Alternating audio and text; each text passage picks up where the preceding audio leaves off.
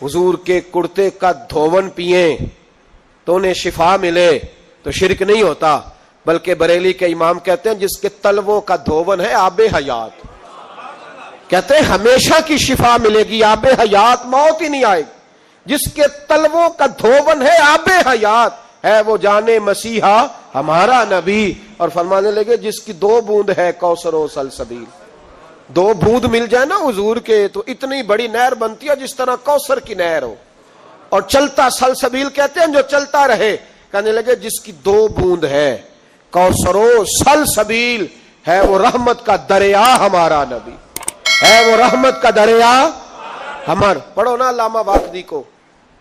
اچھا، جب جذبہ جہاد سنانا ہوتا ہے تو ساری حوالے واقدی کے اور دیگر کتابوں کے، تو میں کہتا ہوں ساری قوم کو سناتے ہو علامہ واقدی کی تاریخ، تو یہ والی روایت بھی سناؤ نا، درد سے بول رہا ہوں، درد سے یہ والی روایت بھی سناؤ۔ علامہ واقدی نے یہ بھی تو لکھی ہے نا، یہ تو بتاتے ہو کہ وہ نفل چھوڑ کے جہاد کرنے گئے، وہ 27 سال جہاد میں رہے، تو یہ بھی بتاؤ نا جہاد کا پس منظر۔ حضرت عرفہ بن ربی حضور کے غلام ہے، وہ روایت کرتے ہیں، کہتے ہیں جب جبلہ اہم کے خلاف ہم لڑنے گئے تو روم کی فوجیں بھی تھی اور عرب کے دیگر قبائل کی فوجیں بھی، کہتے ہیں ہمارے سپہ سالار کا نام حضرت خالد بن ولید تھا، معمولی آدمی نہیں جسے نبی پاک نے فرمایا یہ اللہ کی تلوار ہے، سیف اللہ خالد بن ولید سپہ سالار تھے، لیکن کہتے ہیں کہ ہم نے ذرا سا حملہ کیا تو انہوں نے اتنی سخت ہم پر مزاحمت کی کہ مسلمان کہنے لگے آج بچ کے نہیں جائیں گے۔ کہتے ہیں ہم سارے حضرت خالد بن ولید کے قریب گئے، یہ کوئی ہم نے نہیں حوالہ لکھا، یہ تاریخ اسلام، ان کو سارے مسالک پڑھتے ہیں۔ کہا حضرت خالد بن ولید سے کہ حضور مسئلہ کیا ہے، کسی جنگ میں پیچھے نہیں اٹھے، آج کیا ہوا؟ جناب خالد بن ولید کہنے لگے میری ٹوپی گھر رہ گئی ہے، میری کوئی نہیں سمجھ آئی آپ کو، میری، تو نے کہا حضرت صاحب ٹوپی ہم سے لے لیں، کہنے لگے وہ والی نہیں میرے والی رہ گئی ہے۔ کہا ٹوپی کا جنگ سے کیا مطلب ہوا، تلوار سے کیا مطلب ہوا؟ تو آپ فرمانے لگے میں نے اپنی ٹوپی میں نبی پاک کے 3 بال مبارک سیے ہوئے ہیں، 3 منہ مبارک، امت غور کرے اس بات پر، 3 منہ مبارک ٹوپی کے اندر سیے ہوئے۔ فرمانے لگے تلواریں تو سب کے پاس ہیں، مجھ سے بہادر سیانے بندے بھی ہیں، پر جب میں حضور کے منہ مبارک سر پہ رکھ کے میدان میں نکلتا ہوں تو فرمایا پھر اللہ مجھے ہر میدان میں کامیابیاں عطا فرماتا ہے۔ یہ نظریہ دیکھو، عقیدہ دیکھو، تبرک کی کوئی نہیں، برکت ہی کوئی نہیں، کہاں بیٹھ کے دین پڑھا ہے؟ یا ہمیں سمجھا لو یا پھر ہم سے ایک کام ضرور کرو بھائی، ایک طرف تو آؤ نا۔ حضرت خالد بن ولید کہنے لگے ٹوپی رہ گئی ہے، صحابہ دلیری دینے لگے کچھ نہیں ہوتا، قربان جائیں۔ حضرت ابو عبادہ بن جراح کہتا ہے میں مدینے میں سویا ہوا تھا تو نبی پاک مجھے خواب میں ملے، حضور نے فرمایا میرے خالد کے گرد فوجیں چڑھ گئیں، تو یہاں سویا ہوا ہے، اٹھ پکڑ بندے چل پہنچ میدان میں۔ کہتے ہیں میں نے، حضرت ابو عبادہ بن جراح کہتے ہیں میں صبح اٹھتے ہی میں نے لشکر تیار کیے، گھوڑے دوڑائے، مدد کے لیے نکلے۔ جب ہم رستے میں جا رہے تھے تو ایک ہمیں نوجوان ملا گھوڑے پہ، سر پٹ گھوڑا دوڑا رہا ہے اور بڑی اس کی تیزی ہے، کہتے ہم نے آواز دی تو اس نے اور تیز کر دیا، حضرت خالد بن ولید کے میدان کے قریب پہنچ گیا۔ کہتے میں نے 2 سپاہی دوڑائے، میں نے جا کے کہا اسے روکو، کون ہے؟ کہتے ہیں جب ہم قریب گئے نا اس نے کہا پیچھے ہٹ جاؤ، قریب نہ آنا۔ کہتے ہم نے کہا تو کون ہے؟ تو کہنے لگے میں حضرت خالد بن ولید کی زوجہ ہوں، میں ان کی اہلیہ ہوں۔ تو کہا آپ کدھر جا رہی ہیں؟ کہنے لگی وہ منہ مبارک والی ٹوپی گھر بھول گئے تھے، تو ٹوپی بھول گئے تھے، سارے راز نہیں جانتے، میں بیوی ہوں، میں جانتی ہوں کہ خالد کو کامیابی ملتی تھی مصطفیٰ کے تبرک کی برکت سے، وہ ٹوپی بھول گیا ہے، مسئلہ بن گیا ہوگا، ٹوپی پہ نظر پڑی ہے تو مجھے کوئی اور ملا نہیں تو میں خود دینے جا رہی ہوں۔ حضرت ابو عبادہ بن جراح کہتے ہیں ہم نے کہا کہ ہمیں دے دو بہن، ہم دے دیں گے۔ کہنے لگے نہیں، ہمیں پتہ ہے اس کا ادب کس طرح کرنا ہے، کیونکہ ہمارے گھر میں رہتی ہے تو ہمیں پتہ ہے ادب۔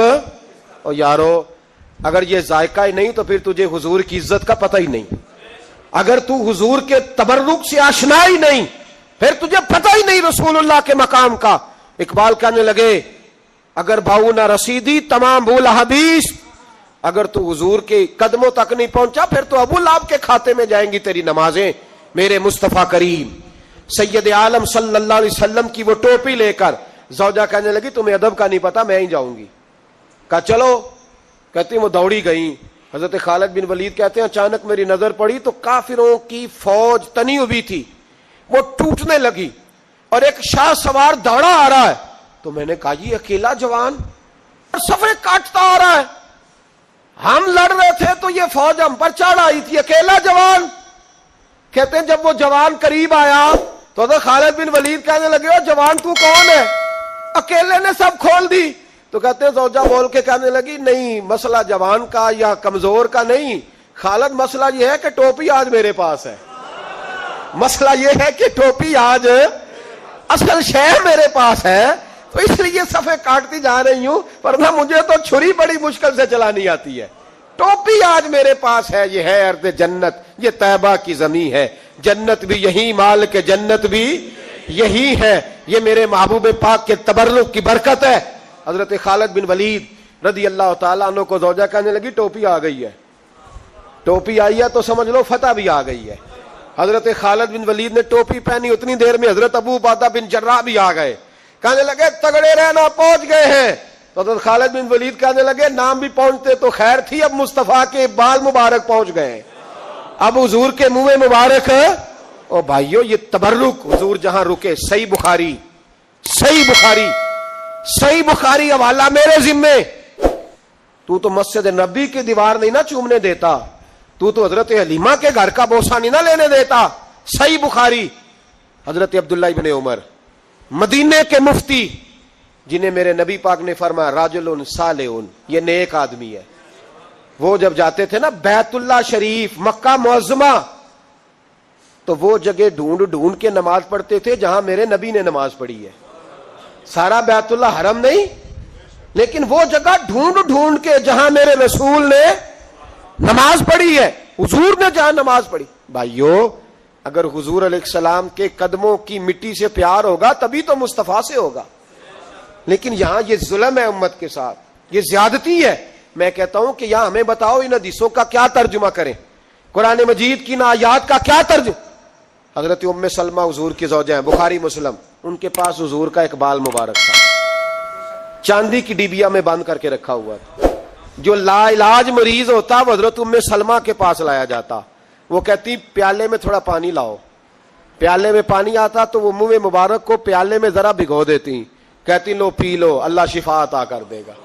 لا علاج۔ حضرت انس بن مالک 10 سال حضور کی نوکری کی، لوگ پوچھتے انس کیا کمایا ہے، کہنے لگے جو کمایا ہے وہ صندوق میں بند کر کے رکھا ہے۔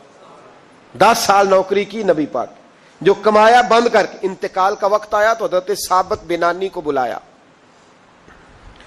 آپ کے شاگرد تھے، کہنے لگے جب بکسا کھول کے لا، کھول کے لائے تو ایک ڈبیا نکلی، فرمایا اسے بھی کھول، جب اسے بھی کھولا ایک منہ مبارک نکلا۔ کل زندگی کی کمائی، نبی پاک کا اقبال مبارک کا، اس کا کیا کرنا ہے؟ فرمانے لگے جب مر جاؤں نا غسل دے کے تو میری منہ کھول کے زبان کے نیچے رکھ دینا۔ حضور اس کا کیا فائدہ؟ پر میں جب فرشتے حساب لینے آئیں گے، من ربو کا بولیں گے، پہلا لفظ کہنے کے لیے منہ کھولوں گا تو سامنے حضور کا منہ مبارک ہوگا۔